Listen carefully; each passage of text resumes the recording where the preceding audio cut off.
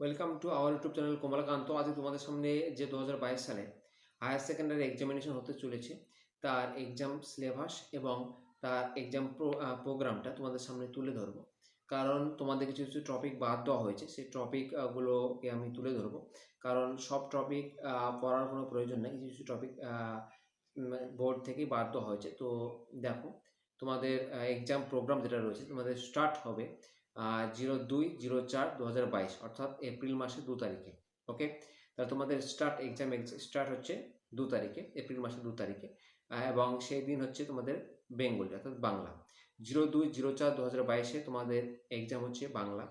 তারপর হচ্ছে 04/04/2022, 04/04/2022 এটা হচ্ছে তোমাদের ইংলিশ। ওকে, সেকেন্ড ল্যাঙ্গুয়েজ যেটাকে বলা সেটা ইংলিশ। এরপর তোমাদের আছে 06/04/2022, 06/04/2022 এই দিন যেটা হবে তোমাদের হচ্ছে বায়োলজিক্যাল সায়েন্স এবং পলিটিক্যাল সায়েন্স। ওকে, বায়োলজিক্যাল সায়েন্স এবং হচ্ছে পলিটিক্যাল সায়েন্স, এটা হচ্ছে 6 তারিখ হবে। 6 তারিখে বায়োলজিক্যাল সায়েন্স এবং হচ্ছে পলিটিক্যাল সায়েন্স। এরপর আছে 8 তারিখে 8/4 হচ্ছে ম্যাথামেটিক্স এবং হিস্টোরি, ম্যাথামেটিক্স এবং হিস্টোরি। ওকে, 8/4। তারপর হচ্ছে 11/4 হচ্ছে ফিজিক্স এবং হচ্ছে এডুকেশন। 11/4 আছে ফিজিক্স এবং হচ্ছে এডুকেশন 11/4। এরপরে দেখো 13/4 আছে হচ্ছে ফিলোজফি, 13/4 আছে ফিলোজফি। 16/4 আছে কেমিস্ট্রি, 16/4 আছে কেমিস্ট্রি। ওকে, 16/4 কেমিস্ট্রি। 18/4 আছে জিওগ্রাফি, 18 তারিখে আছে তোমাদের জিওগ্রাফি পরীক্ষা।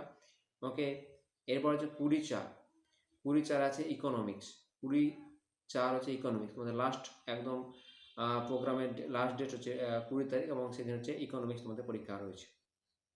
আমি আবার বলছি, দেখো 2/4 হচ্ছে বেঙ্গলি, 4/4 হচ্ছে ইংলিশ, 6/4 হচ্ছে বায়োলজিক্যাল সায়েন্স এবং হচ্ছে পলিটিক্যাল সায়েন্স, 8/4 হচ্ছে ম্যাথামেটিক্স হিস্টোরি, 11/4 হচ্ছে ফিজিক্স এবং হচ্ছে এডুকেশন, 11/4 ফিজিক্স এবং হচ্ছে এডুকেশন। 13/4 হচ্ছে ফিলোজফি, 13/4 ফিলোজফি। 16/4 হচ্ছে কেমিস্ট্রি। ওকে, 16/4 হচ্ছে কেমিস্ট্রি। 18/4 হচ্ছে জিওগ্রাফি এবং 20/4 হচ্ছে ইকোনমিক্স। আশা করি তোমাদের সব টোকা হয়ে গেছে। খাতা পেনে পরিষ্কার করে লিখে রাখবে, কারণ একটা ডেট মিস হলে তোমাদের জীবনে একটা অনেক বড় মিস্টেক হয়ে যাবে। তো কোনো ডেট ভুল করবো না এবং কোনো সাবজেক্টগুলো ভুল ডেটে বসাবে না। যেগুলো বললাম সেভাবে টুকে নিবে। এবং এই যে এক্সামটা, এই যে সময়, সেটা হচ্ছে সকাল 10টা থেকে দুপুর 1:15 পর্যন্ত তোমাদের পরীক্ষা হবে, অর্থাৎ 3 ঘন্টা 15 মিনিট। ওকে, তোমাদের 3 ঘন্টা 15 মিনিট পরীক্ষা হবে সকাল 10টা থেকে 11টা, সকাল 10টা থেকে 1:15 পর্যন্ত তোমাদের পরীক্ষা। ওকে, এই যে তোমাদের এক্সামিনেশন প্রোগ্রাম। ক্লিয়ার? আশা করি সবাই বুঝতে পেরেছো। এরপর তোমাদের চলে যাব সিলেবাস, কারণ সিলেবাসটা হচ্ছে সব থেকে ইম্পর্টেন্ট। কোনো একটা এক্সাম দিতে গেলে তার সিলেবাসটা হচ্ছে প্রথমে জানতে হয়। তো সিলেবাসটা তোমাদের বলছি, দেখো যে সমস্ত টপিকগুলো তোমাদের নেই, যে সমস্ত টপিকগুলো তোমাদের বাদ দেওয়া হয়েছে বোর্ড থেকে, সেই সমস্ত টপিকগুলো বলবো। ওকে, যেগুলো পড়তে হবে সেগুলো নয়, যেগুলো বাদ দিতে হবে, তোমার যেগুলো পড়তে হবে না সেইগুলো আমি তোমাদের বলবো, যেগুলো বইয়ে দাগ দিয়ে নাও। ওকে, ফার্স্ট হচ্ছে তোমাদের ইংলিশে প্রোজ যেটা বাদ দেবে সেটা হচ্ছে থ্যাংক ইউ ম্যাম। ইংলিশের প্রোজ থ্যাংক ইউ ম্যাম পড়ার কোনো প্রয়োজন নাই। পড়লে ওখান থেকে কোনো কোশ্চেন আসবে না, বেকার পড়া হবে, টাইম লস হবে।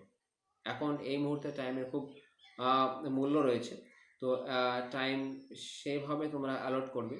তো ফার্স্ট আমি বলবো যে ইংলিশের প্রোজে থ্যাংক ইউ ম্যাম এটা পড়ার কোনো প্রয়োজন নেই, এটা সিলেবাস থেকে বাদ দিয়ে দাও। সূচিপত্র বার করো ইংলিশে, সেখান থেকে থ্যাংক ইউ ম্যাম এই প্রোজটাকে বাদ দিয়ে দাও।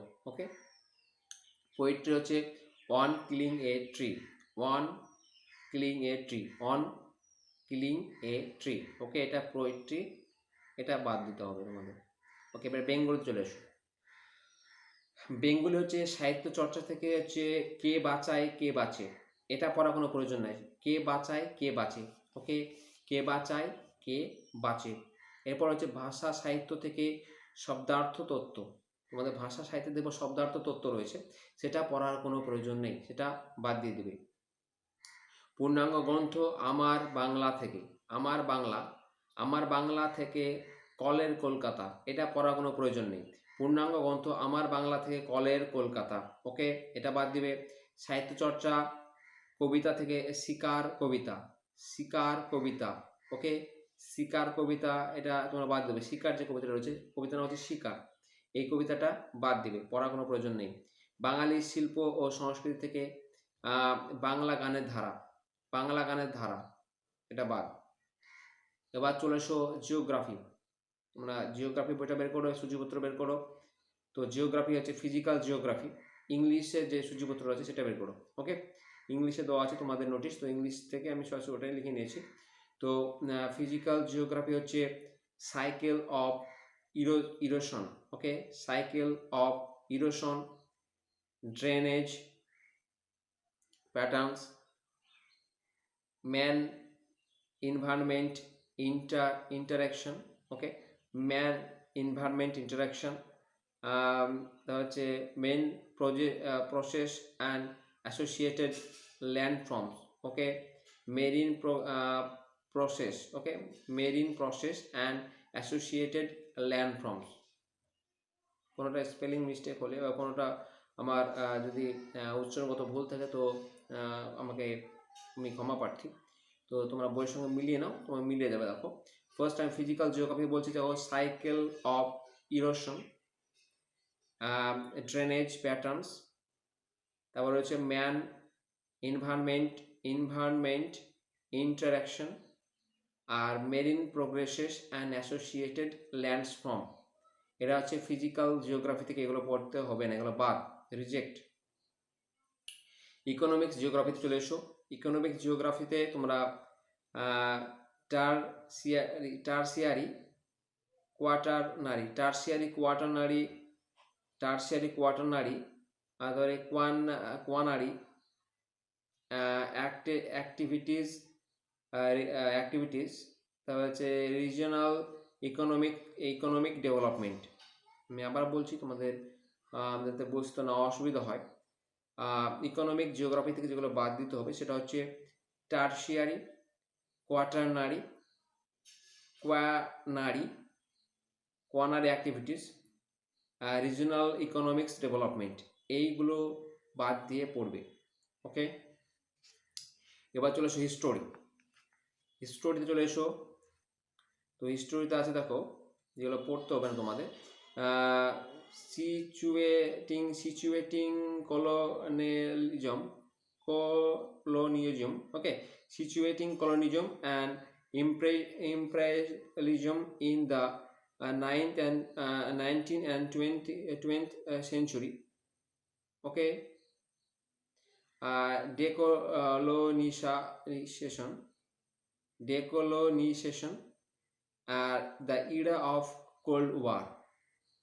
আমি আবার এটা পড়ে দিচ্ছি, দেখো হিস্টোরি থেকে যেগুলো পড়তে হবে না সেটা হচ্ছে সিচুয়েটিং colonialism, okay, and imperialism in the 19th and 20th century, okay, in the 19th and 20th century। দ্বিতীয় নম্বর হচ্ছে decolonization, আর তিন হচ্ছে the era of the cold war পড়ার কোনো প্রয়োজন নেই, ওকে।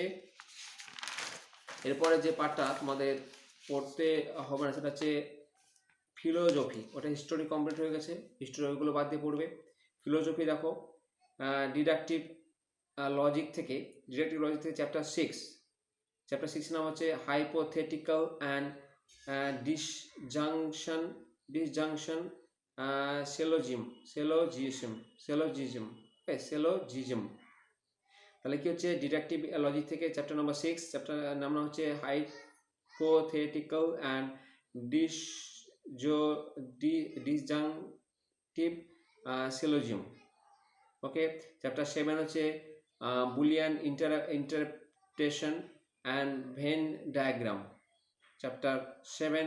চ্যাপ্টার 8 হচ্ছে truth function, chapter 8 truth function, okay. এই চ্যাপ্টারগুলো বাদ হচ্ছে ডিডাকটিভ লজিক থেকে। আর ইন্ডাকটিভ লজিক থেকে যেগুলো পড়তে হবে না, সেটা হচ্ছে চ্যাপ্টার 2 কজ, আর চ্যাপ্টার 4 হচ্ছে ইন্ডাকটিভ ফ্যালাসিস। ওকে, ইন্ডাকটিভ ফ্যালাসিস বুঝতে পেরেছো অবশ্যই। ইন্ডাকটিভ ফ্যালাসিস এটা হচ্ছে ইন্ডাকটিভ লজিক থেকে দুটো চ্যাপ্টার বাদ দেওয়া হয়েছে। এটা হচ্ছে একটা চ্যাপ্টার 2 কজ, আর চ্যাপ্টার 4 হচ্ছে ইন্ডাকটিভ ফ্যালাসিস। ওকে, এরপর ইকোনমিক্সে চলে এসো তোমরা। ফিলোসফি কমপ্লিট, ইকোনমিক্সে চলে এসো। ইকোনমিক্স হচ্ছে ফ্যাক্টর মার্কেট, এটা পড়ার কোনো প্রয়োজন নেই। Factor market. 2 নম্বর হচ্ছে equilibrium under monopoly, equilibrium under monopoly. 3 নম্বর হচ্ছে cost determined pricing, cost determined pricing. তারপর হচ্ছে determination of income and employment. 4 নম্বর হচ্ছে determination of income and employment. Next হচ্ছে international trade and balance of payment, international trade and balance of payment. Clear? এরপর রয়েছে measures of dispersion, range, standard deviation, তারপর হচ্ছে Lorenz curve, Gini coefficient. Okay, এইগুলো তোমাদের পড়তে হবে না ইকোনমিক্স থেকে। ওকে, বুঝতে পারছো অবশ্যই। আমি লাস্ট চ্যাপ্টার বলছি দেখো ইকোনমিক্সে। Measure of dispersion, range, standard deviation, Lorenz curve, Gini coefficient. Clear? এবার দেখো এডুকেশন। এডুকেশনের দুটো গ্রুপে ভাগ আছে, গ্রুপ বি এবং গ্রুপ সি। তো গ্রুপ বি থেকে যেগুলো পড়বা না তোমরা, সেটা হচ্ছে educational provisions in Indian Constitution related to women's education. Clear? এরপর পরের পার্ট হচ্ছে equalisation of operating education for minority SC/ST। এটা গ্রুপ বি থেকে। আমি গ্রুপ বিটা আবার ক্লিয়ার করছি দেখো। গ্রুপ বি থেকে যেগুলো পড়বে না তোমরা, সেটা হচ্ছে educational provisions in Indian Constitution related to women's education, equalization of operating education for minority SC/ST। এটা গ্রুপ বি। গ্রুপ সি থেকে যেটা তোমরা পড়বা না, সেটা হচ্ছে education for the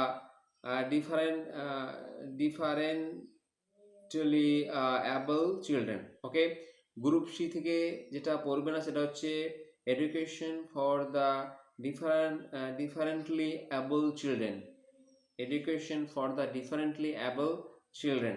ওকে, এটা হচ্ছে এডুকেশন। এই ছিল তোমাদের যে হায়ার সেকেন্ডারি এক্সামিনেশন সিলেবাস। যেগুলো পড়তে হবে না সেগুলো বললাম আমি।